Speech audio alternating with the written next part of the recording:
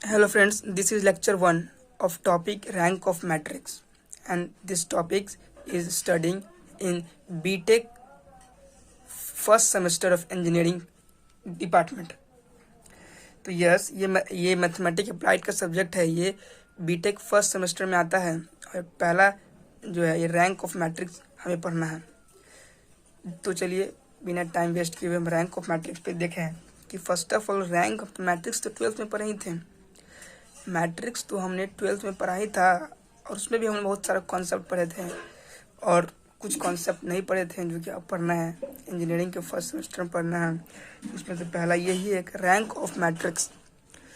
तो फर्स्टली हम डेफिनेशन देखेंगे कि रैंक ऑफ मैट्रिक्स का डेफिनेशन क्या होता है, और आई होप कि डेफिनेशन से ज़्यादा कुछ समझ में नहीं आएगा जब तक हम एग्जाम्पल ना लें। तो चलिए फिर भी हम डेफिनेशन एक बार पढ़ लेते हैं। रैंक ऑफ मैट्रिक्स कहता है कि maximum number of linearly independent column और rows of a matrix is called rank of matrix. मतलब मैक्सिमम नंबर, कितना रो और कॉलम कितना हो सकता है, रो और कॉलम जो कि लीनियरली इंडिपेंडेंट हो, राइट। मतलब कि उसमें कोई रिलेशन नहीं होना चाहिए। मान लीजिए कि कोई मैट्रिक्स है, उस किसी दो रो में कोई रिलेशन नहीं होना चाहिए, राइट।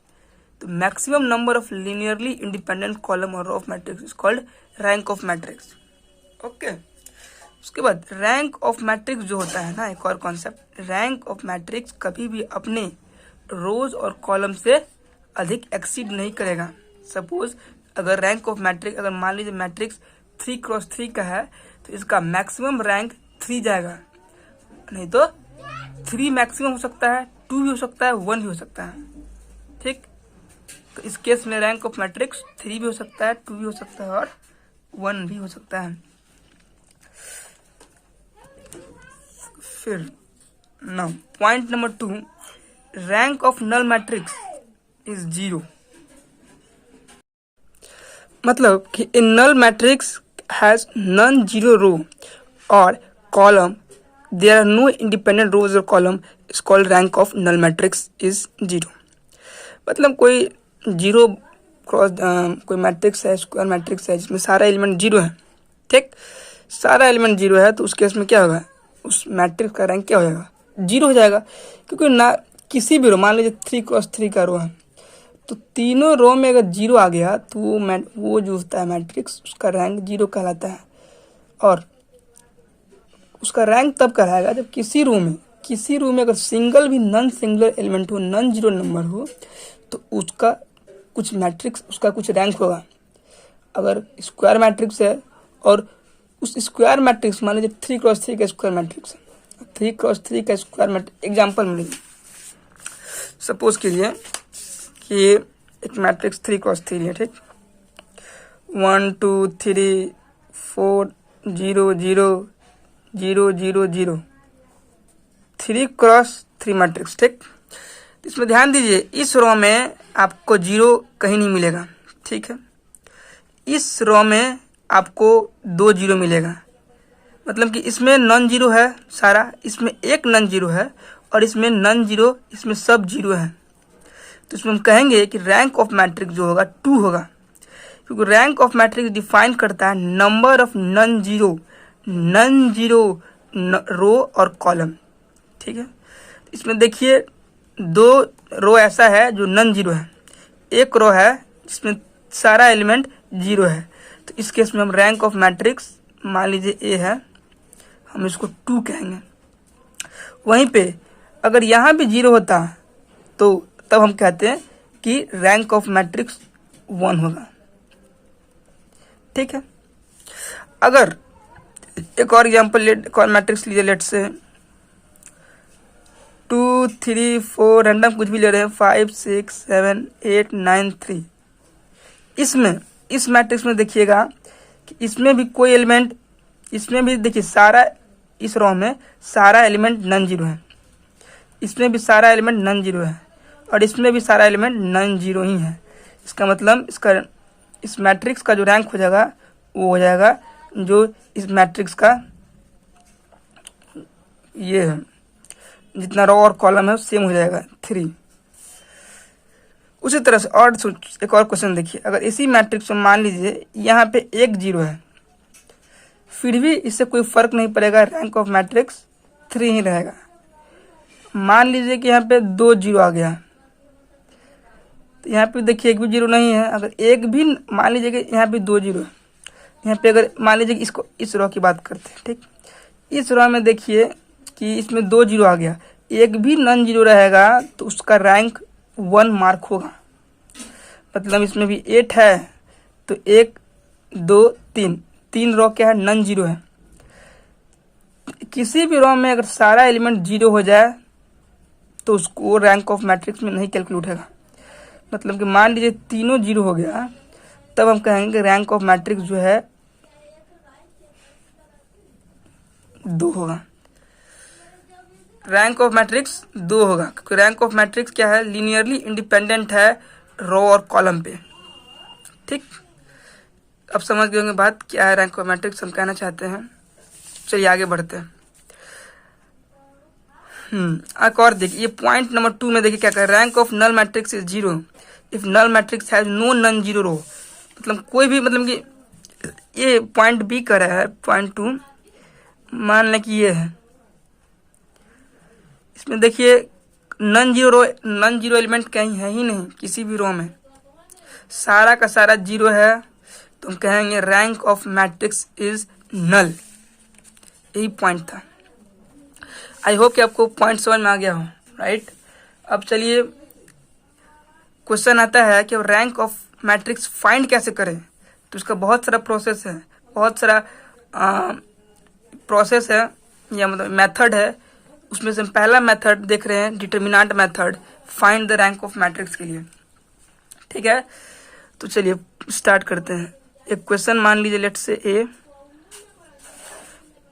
मैट्रिक्स ले लो, 2 1 -1 0 3 -2 2 4 -3 एक रैंक ऑफ मैट्रिक्स लिए हैं। ठीक, तो सबसे पहले इसका डिटर्मिनेंट निकाल लेते हैं, जो कि बहुत ईजी है डिटर्मिनेंट निकालना। आई होप कि आपको आता हो। तो इसको और इसको लेते हैं, तो 2 -9 -8 -1 और इस रो और इस रो के लिए तो हो गया 0 -4 -1 0 -6।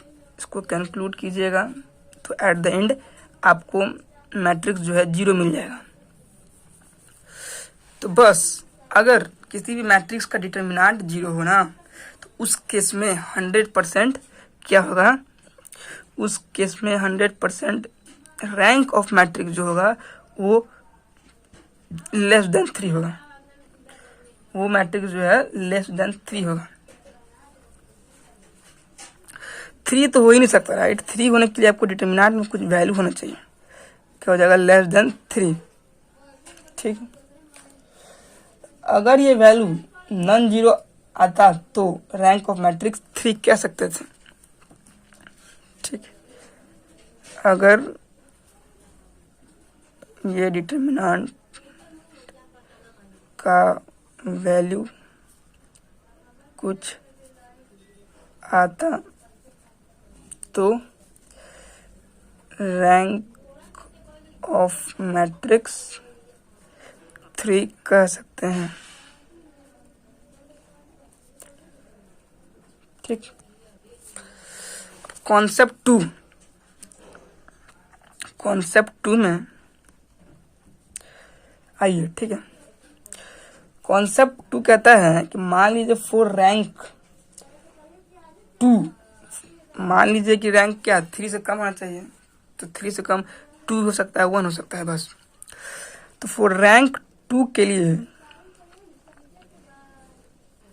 We have to consider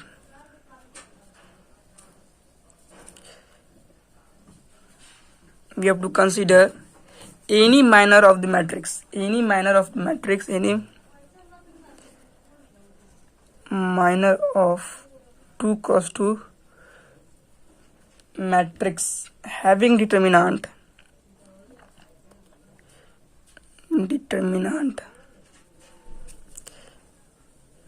not equal to 0.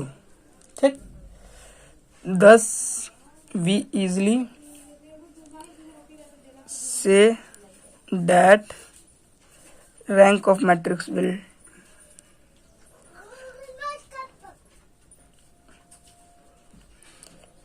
2. Concept है. तो कोई भी माइनर उठा लीजिए. तो लेट्स से माइनर कोई भी 2x2 का यही उठा लेते हैं. राइट. ये माइनर आप चाहो तो ये माइनर भी ले सकते हो, चाहो तो ये माइनर भी ले सकते हो. कोई भी अगर माइनर आता है, कोई भी माइनर हमें नन 0 आ जाए तो हम वो माइनर लिए हैं. तो उसको कीजिए 2 1 0 3. आपका 6 आ गया. तो hence we can say that rank of matrix 2 होगा. ठीक है. कॉन्सेप्ट 3 कहिए या उसको लिमिटेशन कहिए. वो क्या क्या कहता है, थोड़ा कैमरा.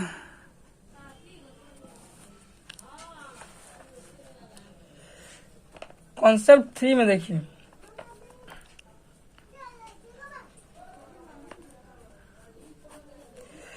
मान लीजिए कोई मैट्रिक्स, देखिए ये 3x4 या 3x3 तक के लिए ही हम इस डिटर्मिनेंट मेथड से रैंक निकाल सकते हैं.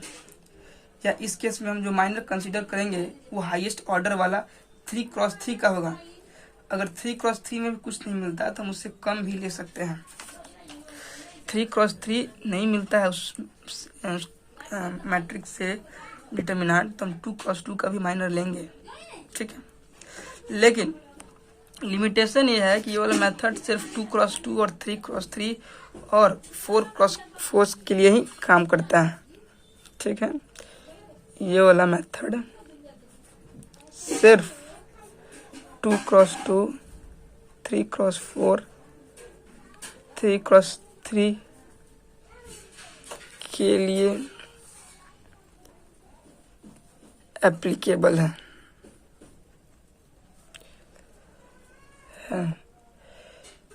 जब प्रॉब्लम इंक्रीज, जब प्रॉब्लम बड़े हो जाते हैं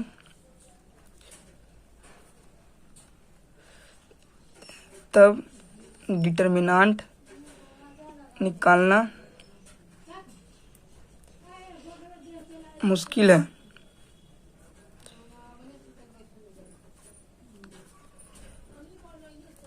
राइट.